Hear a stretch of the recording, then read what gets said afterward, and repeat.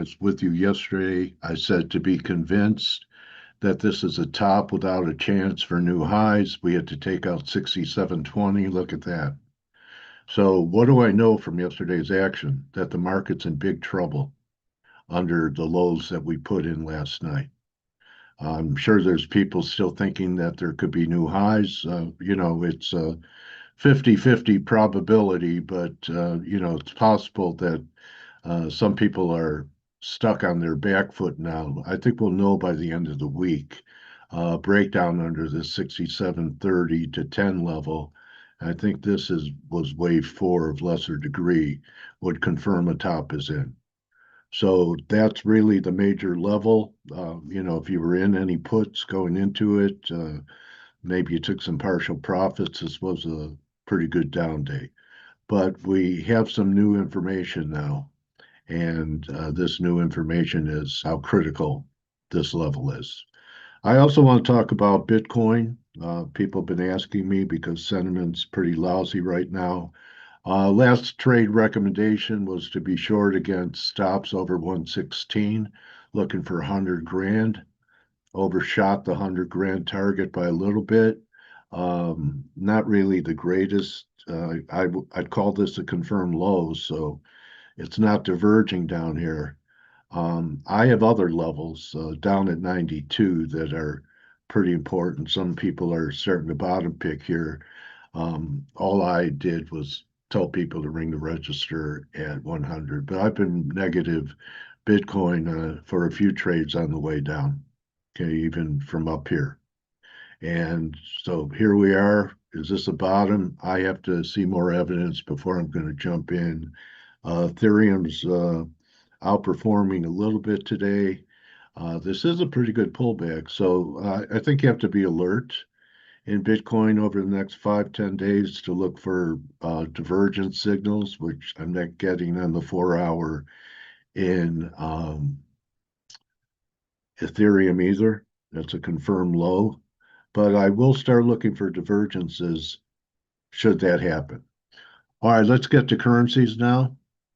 I have come out of the reverse out long from 1480 and flat. But I'm thinking of just putting some euro on now and hoping it goes to 1550. I think that we're headed much lower. I think the way we closed yesterday, you guys know that I've been talking targets like, 112.40, possibly 110, maybe 108. So a rally back towards 115.50 would be ideal. I don't know if we're going to get it, and I think we're in an acceleration phase. So I may just put something out now. Check in the room after the broadcast. I'm going to put out some ideas on where to re-enter the long side the dollar because I do think that the dollar is going up towards 103. We have a little resistance here, so I don't know if we're going to break out today. Maybe the ISM does it, but I want to be a pullback and be long because this move isn't going to be complete in my view till we're up here. I think there's a weekly moving average at that point. Yeah, here you go. You have the 50 here at 101.60, and here at the 200 weeks right around the target, a little bit above 103. So I'd like to be there for the space that we have to the upside. You could probably just buy the dollar and hope that it pulls back so you could build a position. I think that's what I'm going to do today. Let's see. Oh yeah, the yen, because the market's recovering, we had a decent break from the throwover. 53 to me is analogous to the low that we had at 67.20 in the S&Ps. If you're flat the yen, nothing wrong with giving this a shot here and risking maybe about 20 pips above the high. I have taken some partials, so it's okay. I'm already there. So my stops are above these highs by 10. So no trip to Hollywood, but something to pay attention to because look, we almost got back down to the wedge line.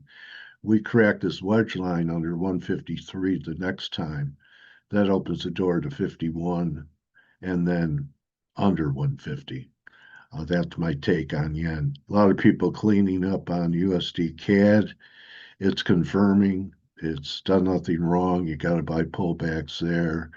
And Aussie, we had a great trade. I left maybe this portion on the table. Sell rallies, sell rips. We're going to 62. So still real bullish a dollar. Don't think there's going to be any type of huge pullback in the dollar.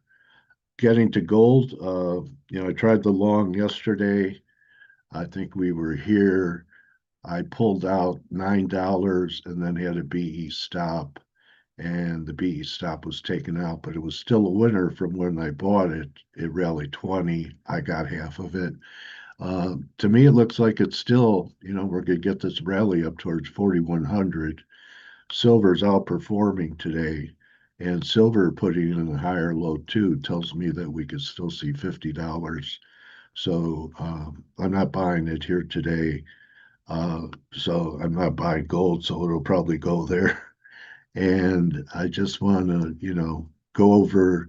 If you stay long nat gas, you're doing really well. It's been a great trade from buying the pullback into the gap. And, I think we could be headed towards $5 in that.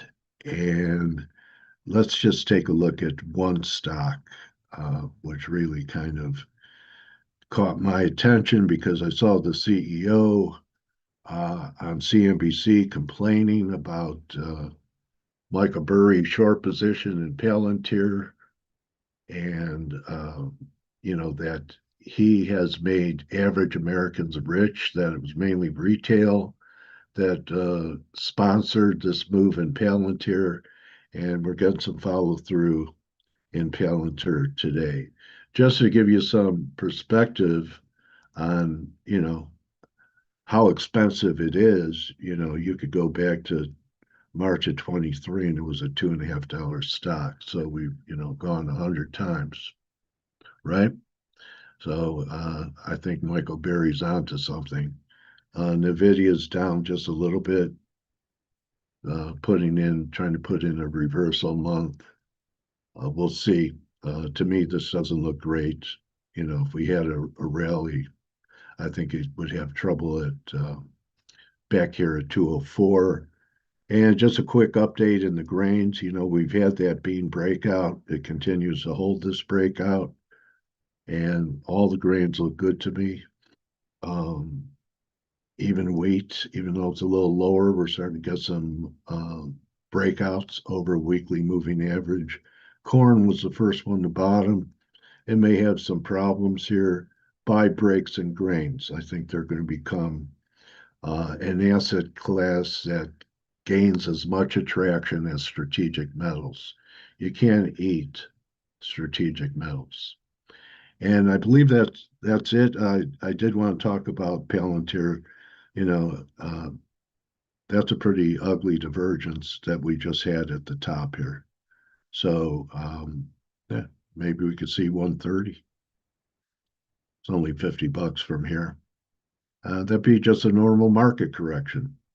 So when CEOs get on the air and complain and say that, they've been good to Americans and made them rich and it's a great company, do you know what Palantir does? It's all about surveillance. So I don't know what's so pro-human in what their mission is to know every time we go in and out of the bathroom. Okay, so that's my take on Palantir. We'll see what happens in the markets. We still have Microsoft's under pressure, Apple's under pressure. So just keep an eye on that S&P 6720 level and use any pop in euro to get short, any pullback in the Dixie to get long. And I'll see everyone tomorrow. Good hunting. See you in the room. I'll post some ideas. TradeGateHub.com is the address. And come in and show your best work and what you're looking to do in the markets. So don't just count your pips, count your blessings. We're going to have a lot of answers by the end of the week, especially in stock indices.